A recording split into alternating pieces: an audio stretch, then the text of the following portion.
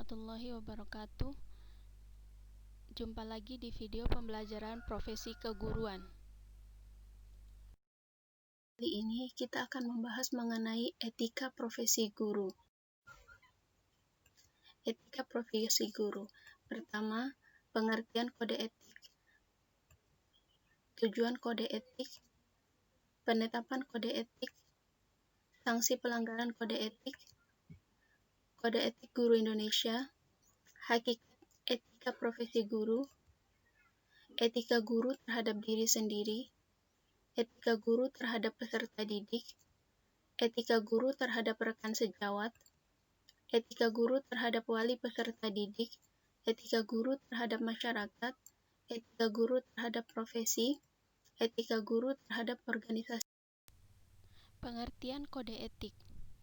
Secara harfiah, kode artinya aturan, dan etik artinya sopan, kesopanan, atau tata susila, atau hal-hal yang berhubungan dengan kesusilaan dalam mengerjakan suatu pekerjaan. Kode etik suatu profesi adalah norma-norma yang harus diindahkan oleh setiap anggota profesi di dalam melakukan tugas profesinya dan dalam hidupnya di dalam masyarakat. Tujuan kode etik. Yang pertama adalah untuk menjunjung tinggi martabat profesi. Kedua, menjaga dan memelihara kesejahteraan para anggota profesi. Meningkatkan pengabdian para anggota profesi. Meningkatkan mutu profesi dan meningkatkan mutu organisasi profesi.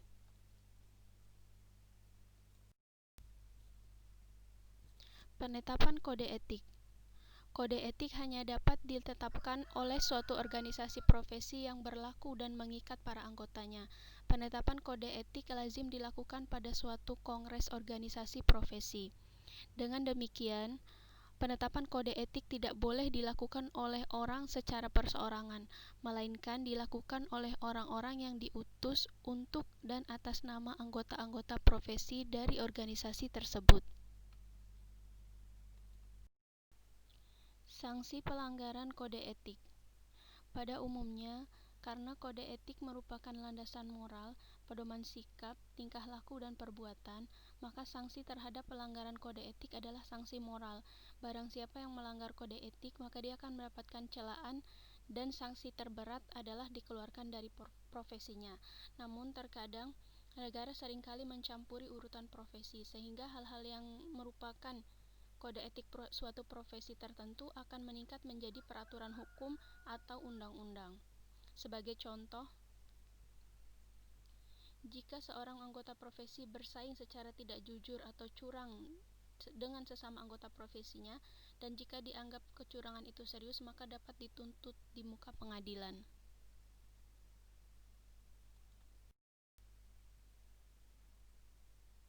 Kode etik guru Indonesia. Kode etik guru Indonesia ditetapkan dalam Kongres 13 tahun 1973 di Jakarta dan disempurnakan dalam Kongres 16 tahun 1989 di Jakarta.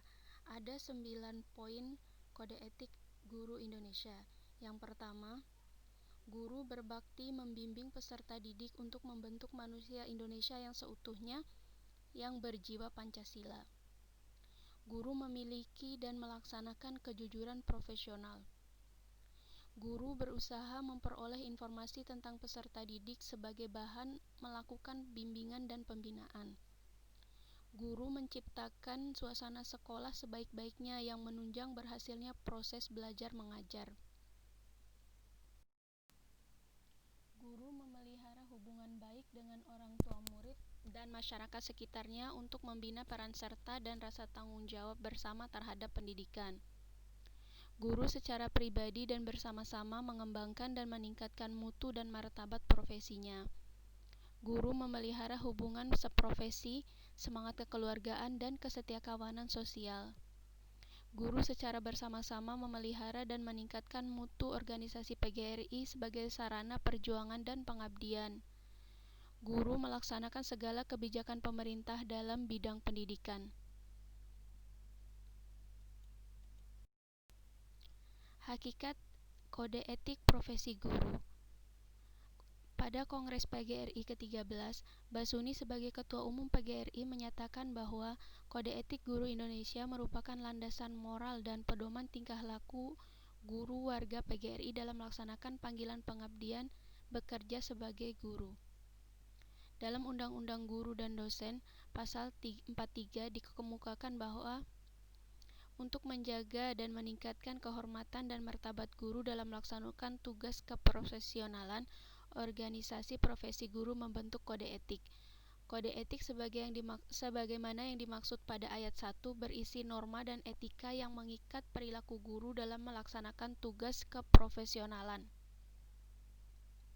Selanjutnya kita akan membahas mengenai etika guru. Yang pertama, etika guru terhadap diri sendiri. Guru harus selalu mendekatkan diri kepada Allah Subhanahu wa Ta'ala dan menyadari bahwa Allah selalu mengawasi setiap tingkah lakunya. Yang kedua, guru harus memiliki ketenangan jiwa. Guru harus bersikap hati-hati terhadap hal yang tidak layak, apalagi hal yang haram. Guru tidak menjadikan ilmunya sebagai alat untuk mendapatkan jabatan, kekuasaan, harta, dan popularitas. Guru harus menghindari perbuatan yang tidak layak menurut pandangan orang banyak. Guru harus menjauhkan diri dari tempat yang buruk, tempat-tempat maksiat. Guru harus menjaga amal ibadah, dan guru harus selalu haus ilmu dan amal. Etika guru terhadap peserta didik. Etika guru terhadap peserta didik harus terkandung dalam beberapa prinsip. Yang pertama, caring atau peduli. Guru harus merasa terpanggil hati nurani dan moralnya untuk secara tekun dan penuh perhatian bagi pertumbuhan dan perkembangan peserta didiknya. Guru mengetahui bahwa setiap peserta didik memiliki karakteristik secara individual dan masing-masingnya berhak mendapatkan layanan pembelajaran. Guru menghimpun informasi tentang peserta didik dan menggunakannya untuk kepentingan proses pendidikan. Yang selanjutnya, helping atau membantu. Dalam hal ini, guru harus membimbing peserta didik untuk memahami, menghayati, dan mengamalkan hak-hak dan kewajiban sebagai individu, warga sekolah, dan anggota masyarakat. Guru juga secara langsung mencurahkan usaha-usaha profesionalnya untuk membantu peserta didik dalam mengembangkan keseluruhan kepribadiannya, termasuk kemampuan untuk berkarya. Selanjutnya, protect atau melindungi. Guru harus membuat usaha-usaha yang rasional untuk melindungi para peserta didiknya dari kondisi-kondisi yang menghambat proses belajar, menimbulkan gangguan kesehatan dan keamanan. Guru juga harus berusaha secara manusiawi untuk mencegah setiap gangguan yang dapat mempengaruhi perkembangan negatif bagi peserta didik. Selanjutnya, justice atau adil. Guru harus menjunjung tinggi harga diri, integritas, dan tidak sekali-kali merendahkan martabat peserta didiknya. Guru harus bertindak dan memandang semua tindakan peserta didiknya secara adil. Guru juga harus berperilaku taat asas kepada hukum dan menjunjung tinggi kebutuhan dan hak-hak peserta didiknya. Selanjutnya, beneficence atau berorientasi kepada kepentingan anak. Guru harus berperilaku secara profesional dalam melaksanakan tugas didik, mengajar, membimbing, mengarahkan, melatih, menilai, dan mengevaluasi proses dan hasil pembelajaran. Kemudian guru juga harus non-maleficence atau tidak menyalahkan wewenang. Dalam hal ini, guru tidak boleh membuka rahasia pribadi peserta didiknya untuk alasan-alasan yang tidak ada kaitannya dengan kepentingan pendidikan, hukum, kesehatan, dan kemanusiaan. Selanjutnya, etika guru terhadap rekan sejawat. Dalam berhubungan dengan rekan sejawat, guru harus memiliki nilai-nilai etika sebagaimana berikut.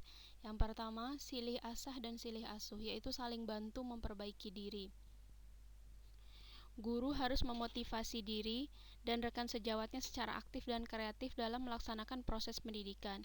Guru harus saling membimbing antar sesama rekan sejawat, dan guru harus dengan berbagai cara harus membantu rekan-rekan juniornya untuk tumbuh secara profesional dan memilih pelatihan yang relevan dengan tuntutan profesionalitasnya. Interaksi sosial yaitu menjalani pergaulan hidup yang baik di masyarakat. Guru harus membasiskan diri pada nilai-nilai agama, moral dan kemanusiaan dalam setiap tindakan profesional dengan teman sejawat. Guru harus menciptakan suasana kekeluargaan di dalam maupun di luar sekolah. Guru harus menghormati rekan sejawat dan guru harus menjunjung tinggi martabat profesional. Selanjutnya, non-maleficence, yaitu tidak menyalahkan wewenang. Guru tidak boleh mengeluarkan pernyataan-pernyataan keliru yang berkaitan dengan kualifikasi dan kompetensi rekan sejawat ataupun calon sejawat. Guru tidak boleh melakukan tindakan-tindakan dan mengeluarkan pendapat yang akan merendahkan martabat pribadi dan profesional rekan sejawat. Guru juga tidak boleh mengoreksi tindakan-tindakan profesional sejawatnya atas dasar pendapat siswa ataupun masyarakat yang tidak dapat dipertanggungjawabkan kebenarannya. Guru juga tidak boleh menciptakan kondisi atau bertindak yang secara tidak langsung ataupun secara langsung akan menyebabkan konflik antar sesama rekan sejawat. Selanjutnya, etika guru terhadap wali peserta didik. Etika guru terhadap wali peserta didik terkandung dalam nilai-nilai. Yang pertama, kooperatif atau kerjasama. Berkaitan dengan nilai ini, guru harus berusaha untuk membina hubungan kerjasama yang efektif dan efisien dengan orang tua atau wali siswa dalam melaksanakan proses pendidikan. Guru juga harus memberikan informasi kepada orang tua atau wali secara jujur mengenai perkembangan peserta didik. Guru juga harus berkomunikasi secara baik dengan orang tua mengenai kondisi dan kemajuan peserta didik. Kedua, helping relationship, yaitu membantu orang tua siswa. Dalam hal ini, guru harus terus memotivasi orang tua untuk beradaptasi dan berpartisipasi dalam memajukan dan meningkatkan kualitas pendidikan. Guru juga harus menjunjung tinggi hak orang tua untuk berkonsultasi dengannya berkaitan dengan kesejahteraan, kemajuan, dan cita-cita anak. Yang terakhir, non-maleficence, yaitu tidak menyalahkan wewenang. Dalam hal ini, guru tidak boleh melakukan hubungan atau tindakan profesional dengan orang tua untuk memperoleh keuntungan-keuntungan yang pribadi. Guru juga harus merahasiakan informasi peserta didik kepada yang bukan orang tua atau walinya.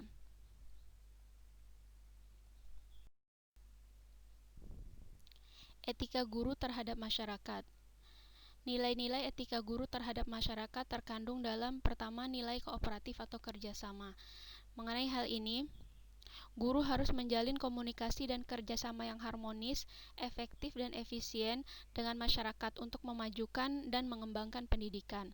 Guru juga harus bekerja sama secara arif dengan masyarakat untuk meningkatkan prestis dan martabat profesinya. Guru juga harus melakukan semua usaha untuk secara bersama-sama dengan masyarakat berperan aktif dalam pendidikan dan meningkatkan kesejahteraan peserta didiknya. Kedua, akomodatif, yaitu mengakomodir aspirasi masyarakat. Dalam hal ini, guru harus mengakomodasikan aspirasi masyarakat dalam mengembangkan dan meningkatkan kualitas pendidikan dan pembelajaran. Guru juga harus peka terhadap perubahan-perubahan yang terjadi dalam masyarakat. Yang ketiga, interaksi sosial, yaitu menjalani pergaulan hidup yang baik di masyarakat. Dalam hal ini, guru harus memberikan pandangan profesional, menjunjung tinggi nilai-nilai agama, hukum, moral, dan kemanusiaan dalam berhubungan dengan masyarakat. Guru juga tidak boleh menampilkan diri secara eksklusif dalam kehidupan masyarakat. Yang keempat, non-maleficence, yaitu tidak menyalahkan wewenang. Dalam hal ini, guru tidak boleh membocorkan rahasia sejawat ataupun peserta didiknya kepada masyarakat. Etika guru terhadap profesi. Guru harus melakukan dedikasi atau pengabdian setulus hati. Dalam hal ini, guru harus menjunjung tinggi jabatan guru sebagai sebuah profesi. Guru juga harus berusaha mengembangkan dan memajukan disiplin ilmu pendidikan dan bidang studi yang diajarkan. Guru harus terus-menerus meningkatkan kompetensinya. Guru juga tidak boleh mengeluarkan pendapat dengan maksud menghindari tugas-tugas dan tanggung jawab yang muncul akibat kebijakan baru di bidang pendidikan atau pembelajaran. Selanjutnya, otonomi atau kemampuan untuk bertindak mandiri dan bertanggung jawab. Dalam hal ini, guru harus menjunjung tinggi tindakan dan pertimbangan pribadi dalam menjalankan tugas-tugas organisasi profesi dan bertanggung jawab atas konsekuensinya. Non-maleficence atau tidak merugikan pihak lain. Dalam hal ini, guru tidak boleh melakukan tindakan-tindakan dan mengeluarkan pendapat yang akan merendahkan martabat profesionalnya. Guru juga tidak boleh menerima janji, pemberian, dan pujian yang dapat mempengaruhi keputusan atau tindakan-tindakan profesionalnya. Kode etik guru terhadap organisasi profesi. Yang pertama, dedikasi atau pengabdian. Dalam hal ini, guru harus menjadi anggota organisasi profesi guru dan berperan serta secara aktif dalam melaksanakan program-program organisasi. Guru harus memantapkan dan memajukan organisasi profesi guru yang memberikan manfaat bagi kepentingan kependidikan. Guru juga harus aktif mengembangkan organisasi profesi guru agar menjadi pusat informasi dan komunikasi pendidikan untuk kepentingan guru dan masyarakat. Guru juga harus mau menerima tugas-tugas organisasi sebagai suatu bentuk tanggung jawab, inisiatif individual, dan integritas dalam tindakan-tindakan profesionalnya. Kedua, loyalitas atau kesetiaan. Dalam hal ini, guru tidak boleh menyatakan keluar dari keanggotaan sebagai organisasi profesi tanpa alasan yang dapat dipertanggungjawabkan. Ketiga, otonomi atau kemampuan untuk bertindak mandiri dan bertanggung jawab. Dalam hal ini, guru harus menjunjung tinggi tindakan dan pertimbangan pribadi dalam melaksanakan tugas-tugas organisasi profesi dan bertanggung jawab atas konsekuensinya. Non-maleficence, tidak menyalahkan wewenang. Dalam hal ini, guru tidak boleh melakukan tindakan dan mengeluarkan pendapat yang dapat merendahkan martabat dan eksistensi organisasi profesinya.